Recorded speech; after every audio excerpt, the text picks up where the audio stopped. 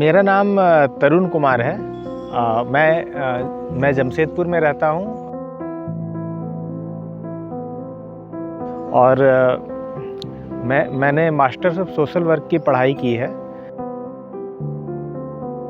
मेरे गांव में मेरे माता पिता और एक बड़ी बहन है।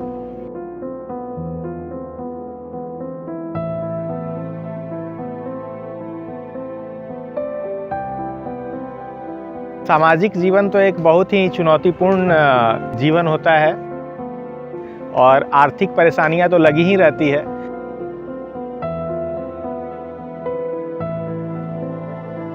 लेकिन जब आप एक मकसद के साथ, जुनून के साथ काम करते हैं तो कुछ कुछ उपाय निकलते रहते हैं।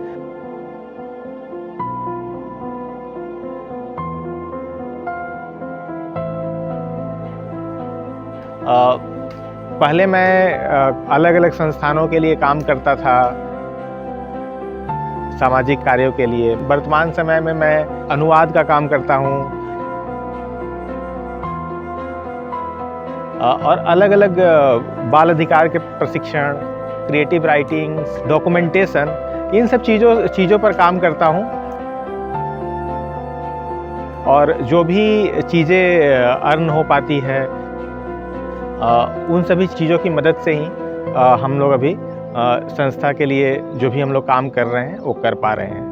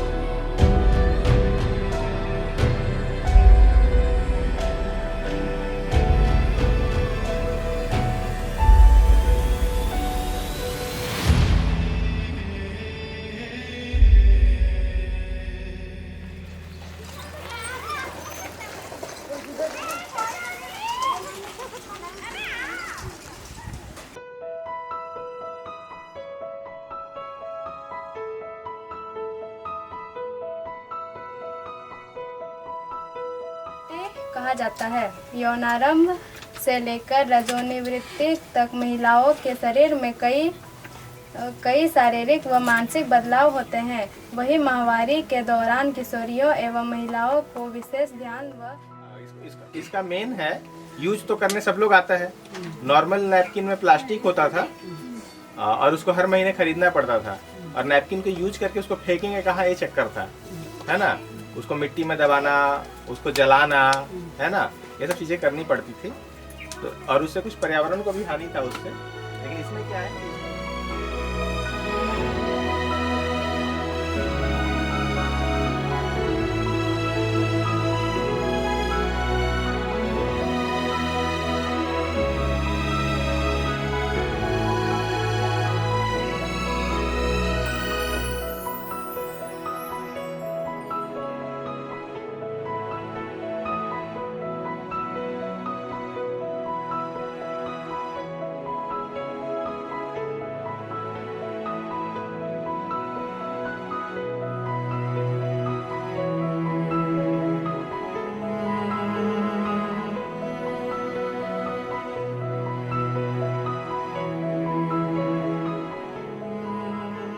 फर्स्ट टाइम पीरियड्स हुआ था तब मैं भी थोड़ी घबराई थी। मैं स्कूल भी नहीं जाती थी क्योंकि मुझे अच्छा नहीं लगता था। फिर गांव में तरुण भैया आए, उन्होंने बताया कि ऐसा हर लड़की का होता है, पेट दर्द होता है। तरुण भैया सिर्फ महामारी का ही बारे में नहीं बल्कि ये भी बताते हैं कि बाल विवाह से कैसे बचना है और पर्यावरण को कैसे बचाना है, उसके लिए पेड़ सब लगाना चाहिए। और उन्होंने यह भी बताया कि पढ़ना भी ज़रूरी है।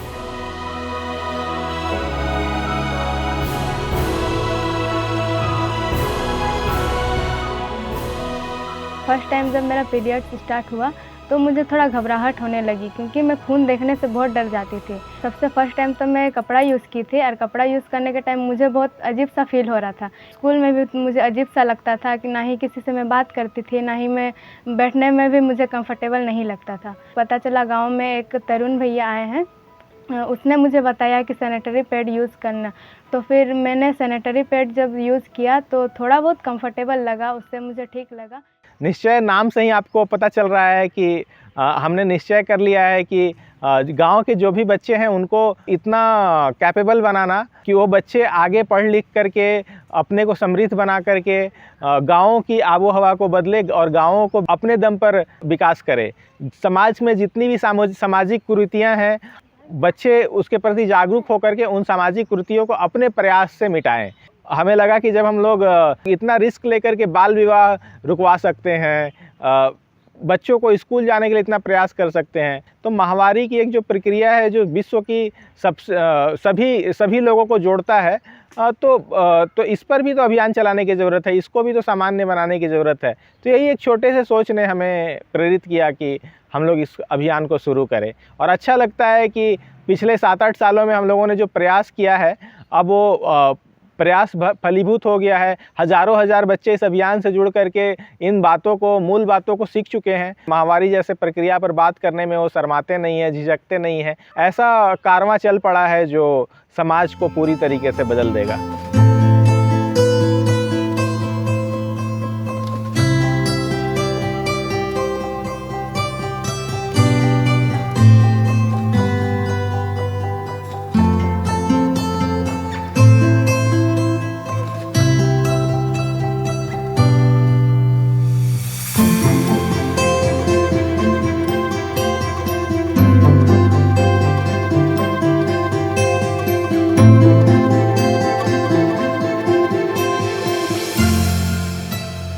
जब मेरा पहला पीरियड आया तो मम्मी कपड़ा देती थी, और कपड़ा भी यूज़ करने के बाद एक अजीब सा चिड़चिड़ापन आता था। कहीं भी जाने नहीं, किसी के साथ बात करने का मन नहीं करता था। तो फिर जब हम लोग को तरुण भैया पैड्स ला के दिए, तो जब से हम पैड्स यूज़ करने लगे तब ऐसा महसूस ही नहीं होता है कि मेरा पीरियड आया है। फिर हम कहीं भी जा सकते हैं और कंफर्टेबल रहते हैं पैड यूज़ करने से।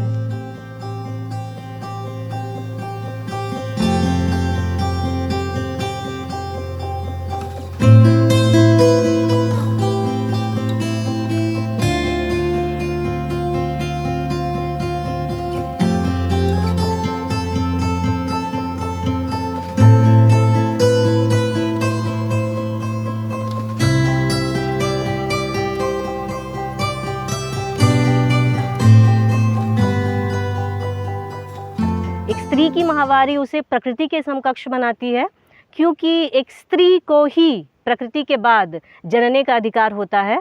और जब ये सोच बच्चों में आ जाएगी, बच्चियों में आ जाएगी, तो मुझे लगता है कि वो एक बहुत सुंदर बदलाव होगा। और यही बदलाव है जहाँ एक जो लड़की है वो सिर्फ अपनी माँ से नहीं, अपने भाई से भी ये कह सके कि भाई कमर में दर्द है, मुझे पीरियड आया है।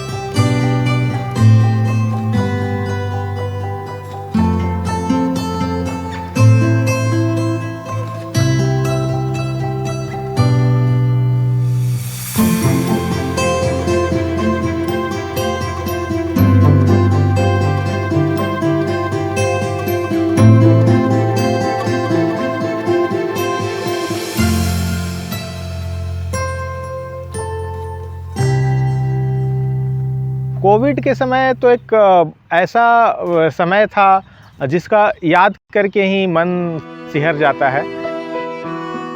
शुरुआत के समय तो हम लोग समझ नहीं पा रहे थे, सभी लोग घरों में थे ताकि हमें कोरोना से लड़ना था।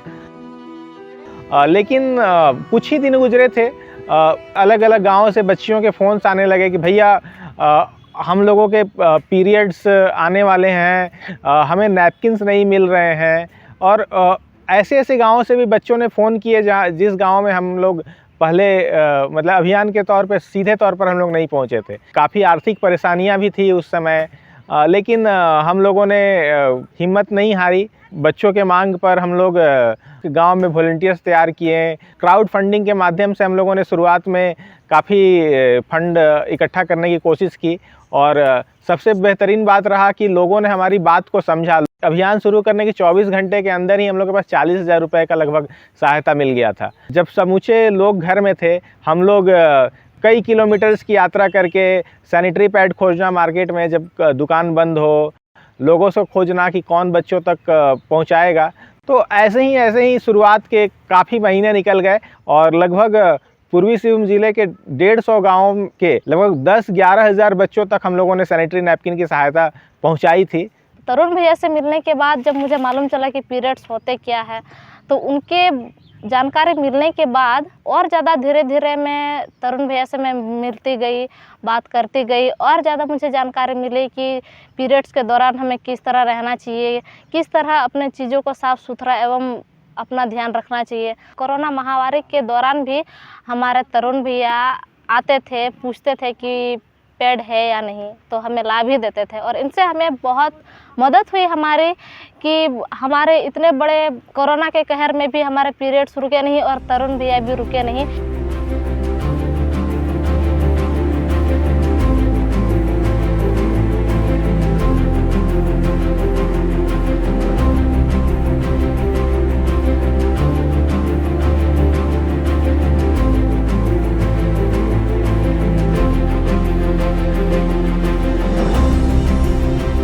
फंड इकट्ठा करना हमारे लिए हमेशा से चुनौती, कल भी थी, आज भी थी और शायद कल भी रहेगी, क्योंकि फंड रेजिंग पर उतना काम नहीं कर पाते हैं, इसीलिए हमारे पास उतनी सहायता नहीं जुट पाती है।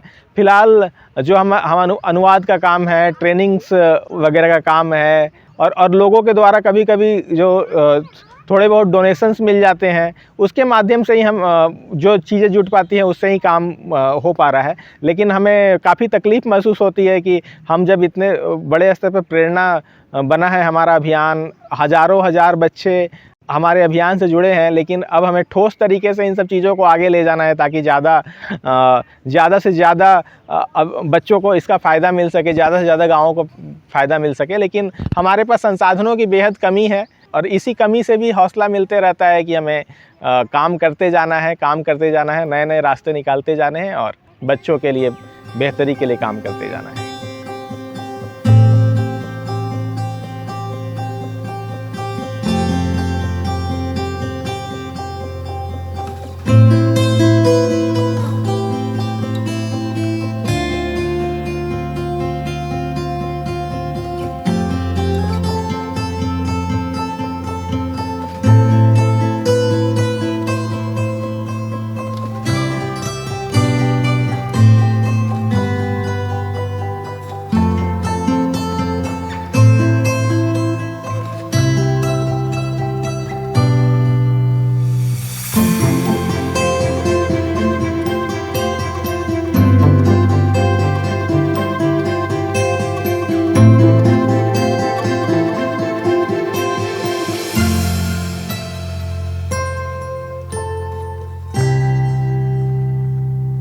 रोज़ाना के जीवन में इस काम को करने के लिए कितनी सैक्रिफाइसेस करनी पड़ती हैं, कि परेशानियों से जूझना पड़ता है, वो हमें जूझना पड़ता है। लोगों को नहीं पता कि ये काम करना कितना कठिन है और ये काम कितना ज़रूरी है। जो इन भावनाओं को नहीं समझते हैं वो कहते हैं, कुछ लोग तो कहते हैं कि कुछ भी नहीं कर पाए तो सोशल वर्कर बन गए।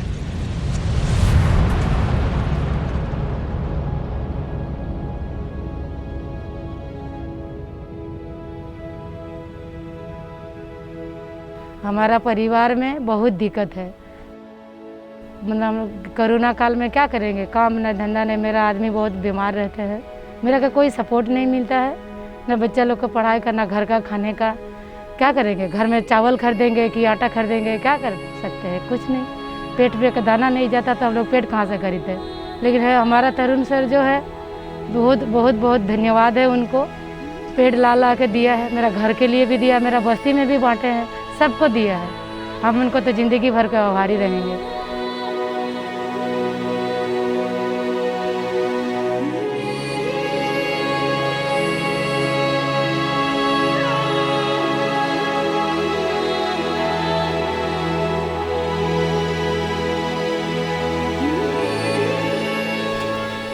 नाम बबीता सबर है।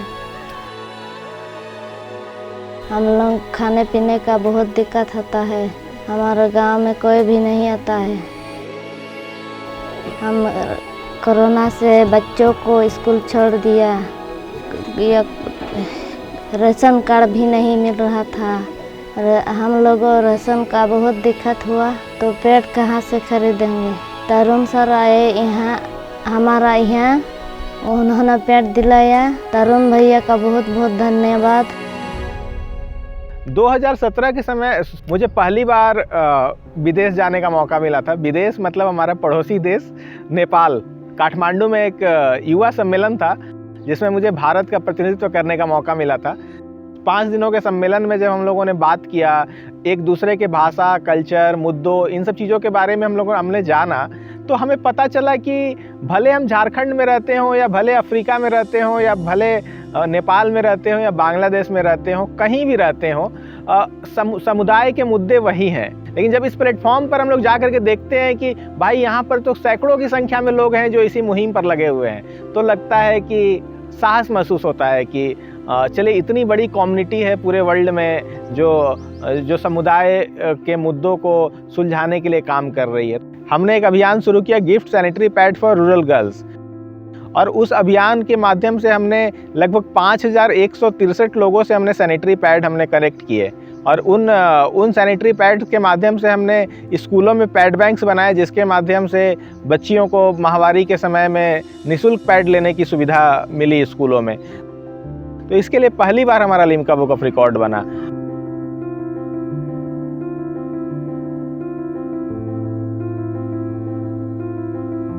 कोविड का टाइम था।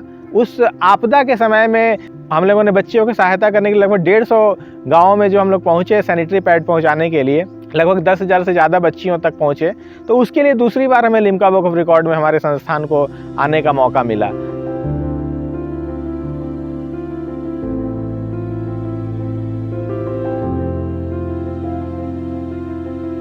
रांची में सोनाहातू जगह है, वहाँ पर मैं जाया करता था। स्कूल में बच्चे नहीं आते थे, तो वहाँ के बच्चों को स्कूल लाने के लिए हम लोग एक क्रिकेट मैच का आयोजन किया स्कूल में, जिसमें एक ही टीम में लड़के लड़कियाँ दोनों खेल रहे थे, जिसको कहा गया मिक्स जेंडर क्रिकेट। हाट बाज़ार के बीच में टूर्नामेंट आयोजित किया गया और हाट में जो भी आए उन लोगों ने मैच को देखा। काफ़ी प्रशंसा मिली इस अभियान को।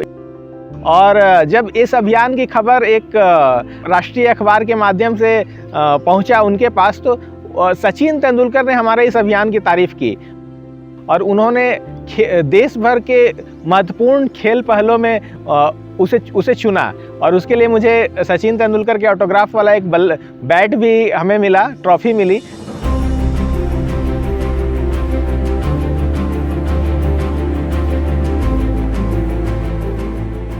क्रिकेट को लेकर के जो जुनून था, उसी के कारण हमें आईपीएल के समय में कॉन्टेस्ट के माध्यम से जीत करके लंदन जाने का मौका मिला। लॉर्ड्स क्रिकेट स्टेडियम में जा करके चीज़ों को महसूस करने का मिला।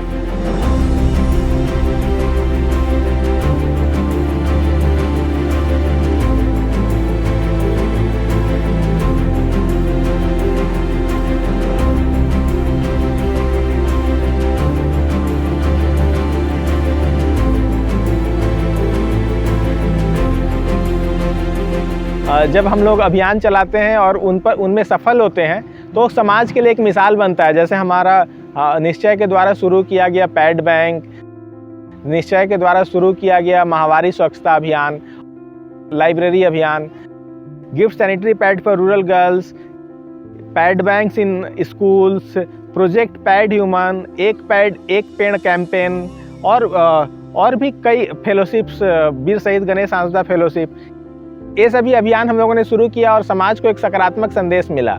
अगर हम जैसे छोटे संस्थान इतने सीमित संसाधनों में या ऐसे कहें कि न्यूनतम या बिना संसाधनों में इतना अच्छा बेहतर रिजल्ट ला सकते हैं, तो हमारा यही आग्रह होगा कि माहवारी स्वच्छता के मुद्दे पर, एजुकेशन के मुद्दे पर, गाँवों के युवाओं को आगे बढ़ाने के मुद्दे पर सरकार संजीदगी से काम करे और इस तरह के अभियानों को समर्थन करे। समाज के लिए समर्पित संस्थाओं का हौसला बढ़ता रहे और सरकार काम भी कर रही है, अच्छा काम कर रही है। बस बस उन्हें ज़मीन पर अच्छे तरीके से जब उतर जाए तस्वीर बदल जाएगी पूरे गांव की, हमारे देश की।